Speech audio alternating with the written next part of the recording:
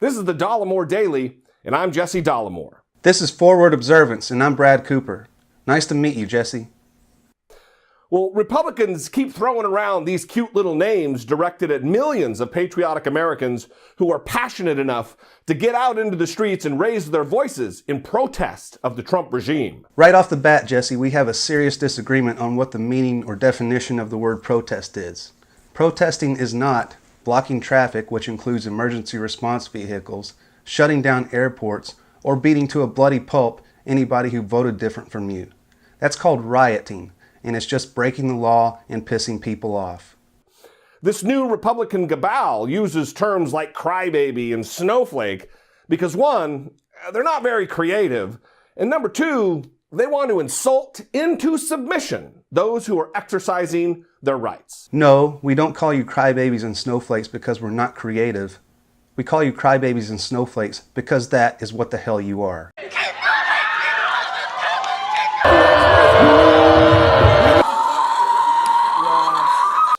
This threatens the very cornerstone of our democracy.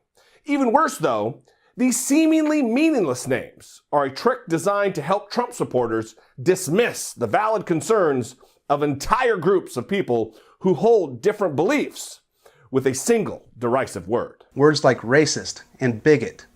Words people like you have used to describe people like me for the past 8 years who simply disagree with the socialist policies of a socialist president.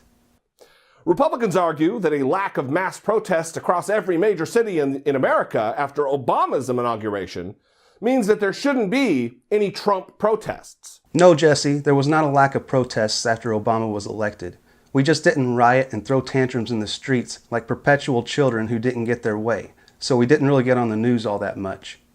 This kind of goes back to our conflicting definitions of what the word protest means. So, allow me to explain. This is a picture of me protesting. And this is a riot. Here's another picture of me protesting. And this is another riot. Republicans didn't take to the streets after Obama was sworn in because even through disagreement, they knew he was a decent human being, an acceptable choice with basic good judgment.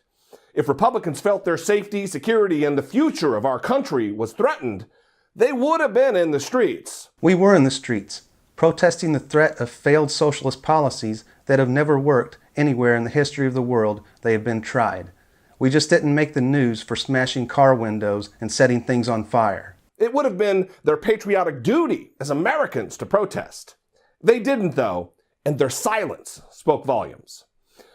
Passionate Americans gathering by the millions to voice their opposition to the Donald aren't snowflakes or crybabies, and they aren't protesting small differences of opinion.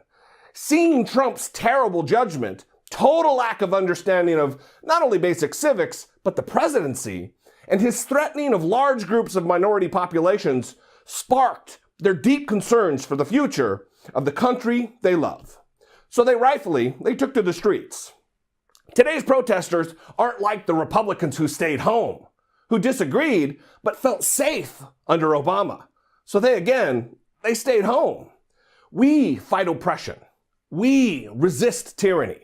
We oppose authoritarianism. President Trump wants to enforce immigration laws, properly vet refugees, lower taxes, cut government spending, and decrease the overall size of the federal government.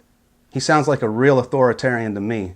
We raise our voices against Donald Trump because he is an oppressive, tyrannical dictator of a man.